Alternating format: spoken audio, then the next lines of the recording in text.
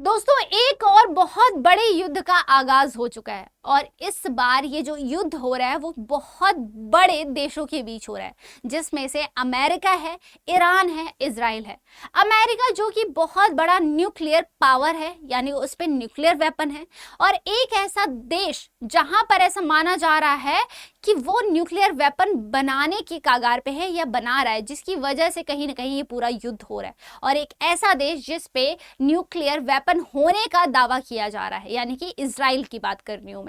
इन तीन देशों के बीच में बहुत बड़ा युद्ध या मैं कहूं जंग छिड़ चुका है, और कहीं ना कहीं सभी के पीछे जो है कारण है वो है सिर्फ और सिर्फ न्यूक्लियर वेपन। अब ये सारे मुद्दे, ये सारी चीजें कब से शुरू हुई हैं और इसके पीछे क्या कारण है, इन सभी पे आज की इस वीडियो में चर्चा करते हैं। नमस्कार दोस्तों, मैं जया आप सभी का हमारे YouTube चैनल जियो डिकोड पे बहुत बहुत स्वागत करती हूँ। सबसे पहली बात ये कि अमेरिका अक्सर ही ईरान पर हमले करता रहता है, और ये पहली दफा नहीं है जब अमेरिका ने ईरान पर हमला करा है, लेकिन इस बार इसके साथ जो है वो है इजराइल। अब यहाँ पर जो गर्मा गर्मी है वो बहुत पहले से ही चल रही थी, लेकिन ये जो है अभी बहुत ज्यादा बढ़ गया। अमेरिका कौन कौन सी जगह पे हमला किया? अमेरिका ने ईरान के बहुत सारी ऐसी जगह है जहां पर हमला किया, जिनमें से आप इस मानचित्र में देख सकते हो, जैसे ताबरीज है, कराज है, तेहरान है, ओएम है, इस्फहान है, बुशहर है। ये सभी वो जगह है जहां पर अमेरिका ने ईरान पर अभी हाल फिलहाल में ही हमला करा है। लेकिन ईरान भी चुप नहीं बैठा, ईरान ने चुप्पी नहीं बांधी। इस बार ईरान ने भी मुंह तोड़ जवाब दिया है और ईरान ने भी अमेरिका पर हमला करा है। अब अमेरिका की लैंड पर नहीं किया, उसके पीछे एक बहुत बड़ा कारण यह है कि अमेरिका जो है ईरान से बहुत ज्यादा दूरी पे है, ठीक है, जिसकी वजह से ईरान ने टारगेट किया अमेरिका के सभी एयर बेसिस को टारगेट करा, जैसे कुवैत है, कतर है, अबू धाबी है, इन सभी जगह पर उसने भी हमला शुरू कर दिया। इसके पीछे कारण क्या है, इस पे भी अभी चर्चा करते हैं हम, ठीक है। ये कुछ फुटेज है जो मैं आपको दिखाना चाहूंगी, कुछ वीडियोस है जिसमें आप देख सकते हैं यहाँ पे धुआं धुआं उठ रहा है, यानी कि ये वो हिस्सा है जहां पर ईरान ने भी मुंह तोड़ जवाब दिया, उसने करारा जवाब दिया है और इन्होंने यहाँ पर हमला कर दिया।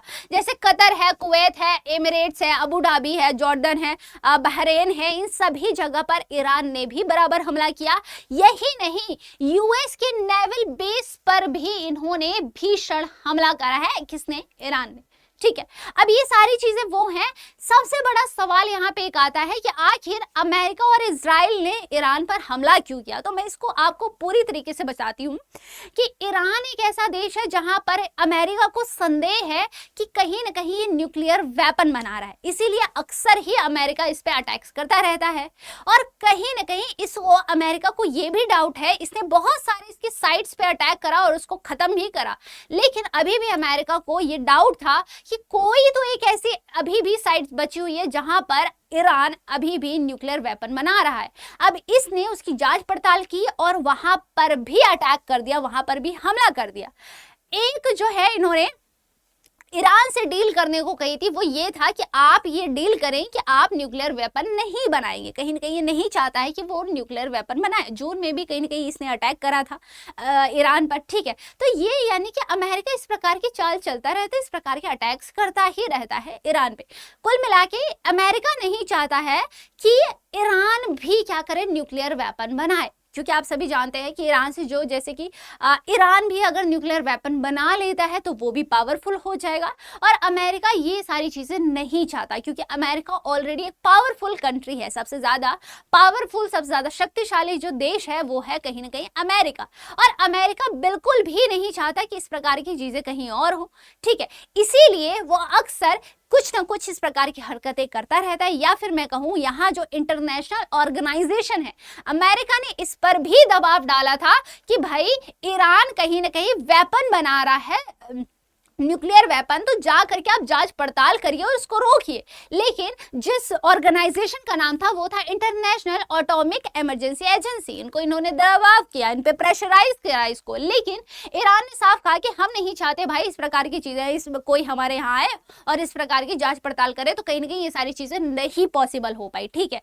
अब यहाँ पर ईरान ने क्या किया, अमेरिका और इजराइल ने मिलकर के ईरान पे दोबारा से अटैक करा, और इस बार ये अटैक बहुत ज्यादा भीषण रूप ले चुका है। इस इस बार छोटे मोटे अटैक नहीं है, क्योंकि इस बार ईरान ने भी सामने से हमला कर दिया है, यानी कि ईरान भी इस बार चुप नहीं बैठा है। तो अटैक्स इस बार दोनों तरफ से हो रहे हैं और सभी एयरलाइंस वगैरह को बंद कर दी गई है। यहाँ पर कह दिया गया है सभी कंट्रीज में कि भाई सभी लोग सेफ रहिए, सभी लोग अपने घर में सुरक्षित रहिए, बाहर निकलने की जरूरत अभी नहीं है।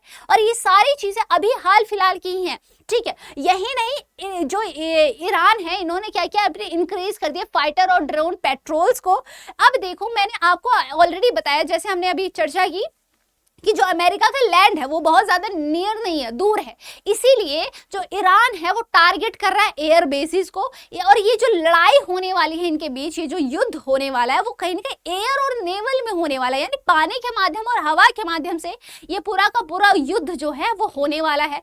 अब ये कुछ एयर बेसिस हैं, आप देख सकते हैं, जैसे कुवैत है, जो बहरान है, कतर है, या फिर यूएई है, अबू धाबी है, जॉर्डन है, या फिर सीरिया है, टर्की, इराक, ये कुछ ऐसे एयर बेसिस हैं जो कि ईरान के बहुत ज्यादा बॉर्डर पर है, ठीक है। तो अब ये ईरान क्या कर रहा है, इन सभी को टारगेट कर रहा है और इन सभी के एयर बेसिस को वो उड़ा रहा है, जो कि ऑलरेडी मैंने आपको वहां पर वीडियो में देखा हमने, ठीक है। अब ये वो जगह है जहां पर अमेरिका ने हमला करा है, ठीक है। इसका जो तेहरान है, यहाँ की जो राजधानी है, नतंज है या इस्फहान है। अब ये साफ साफ ये शंका जाहिर की गई थी, ये जो इस्फहान आप देख सकते हैं जहां अमेरिका ने टारगेट करा, अमेरिका का सीधा कहना है कि भाई हम उन जगह पे टारगेट कर रहे हैं जहां पर न्यूक्लियर वेपन बनाए जा रहे हैं, या फिर इनका एक जो टारगेट है, ये जो टारगेट किया जा रहा है वो किया जा रहा है वहां के सुप्रीम लीडर को।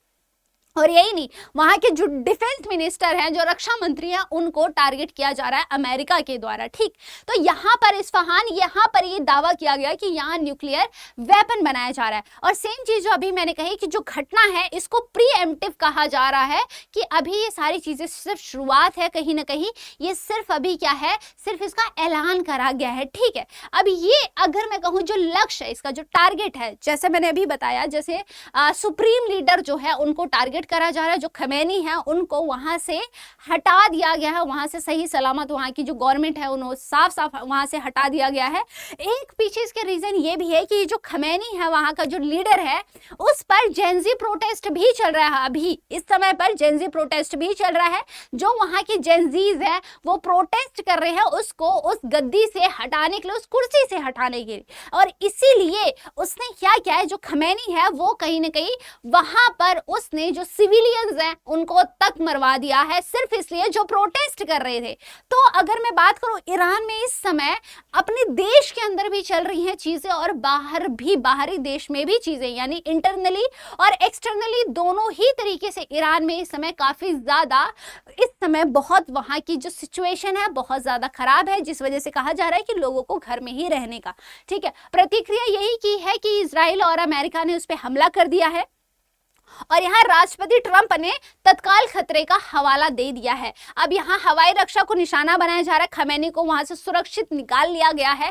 यही नहीं, ट्रंप ने कहा है we are going to annihilate their navy. America ने साफ साफ कहा है कि भाई हम क्या करेंगे, यहाँ बंकर बस्टर की भी बात हो रही है। और इजराइल की भूमिका क्या रही है, इजराइल ने क्या किया है, उन पर खमेनी जो है, वहां के जो मंत्रीज हैं उन पर अटैक कर रहा है, वो उन सभी जगहों पर जहां पर जो वहां पे मैं कहूँ हवाई सुरक्षा रडार को निशाना बनाया जा रहा है इजराइल के द्वारा। महीनों से योजना बनाई जा रही थी, लेकिन सबसे बड़ा सवाल यहाँ पे ये भी है कि अभी हाल फिलहाल में हमारे माननीय प्रधानमंत्री जी जो है इजराइल से ही वापस आए हैं, लेकिन ये कानो कान खबर कहीं तक नहीं पहुंची कि इजराइल इस प्रकार का कुछ प्लान कर रहा है। तो एक सबसे बड़ा सवाल हमारे लिए यहाँ पर भी है कि क्या यहाँ पे अभी हाल फिलहाल में ही प्रधानमंत्री जी आए हैं, तो क्या हिंदुस्तान पे भी इसका कुछ असर बहुत बड़ा हो सकता है, कुछ बहुत गंभीर हो सकता है या नहीं? आपको क्या लगता है? अपने विचार भी कमेंट सेक्शन में जरूर बताइएगा। यही नहीं, यहाँ खुफिया जानकारी यही मिली है कि प्लैनेट लैब्स बनाया है कि तस्वीरों ने जून 2025 के हमलों के बाद नताज और इस्फहान में नई छतें और निर्माण कार्य दिखाए। ईरान ने क्षतिग्रस्त सेंट्रीफ्यूज और संवर्धन हॉल को छिपाने की कोशिश की है, ठीक है। अब यहाँ पर ये सारी चीजें जो है हमें देखने को मिल रही, सारी चीजें मिलकर आ रही है। ईरान के पास अभी भी हजारों किलोमीटर दूरी की बैलिस्टिक मिसाइलें हैं। इसराइल और कतर में अमेरिका बेस सीधे निशाने पर है।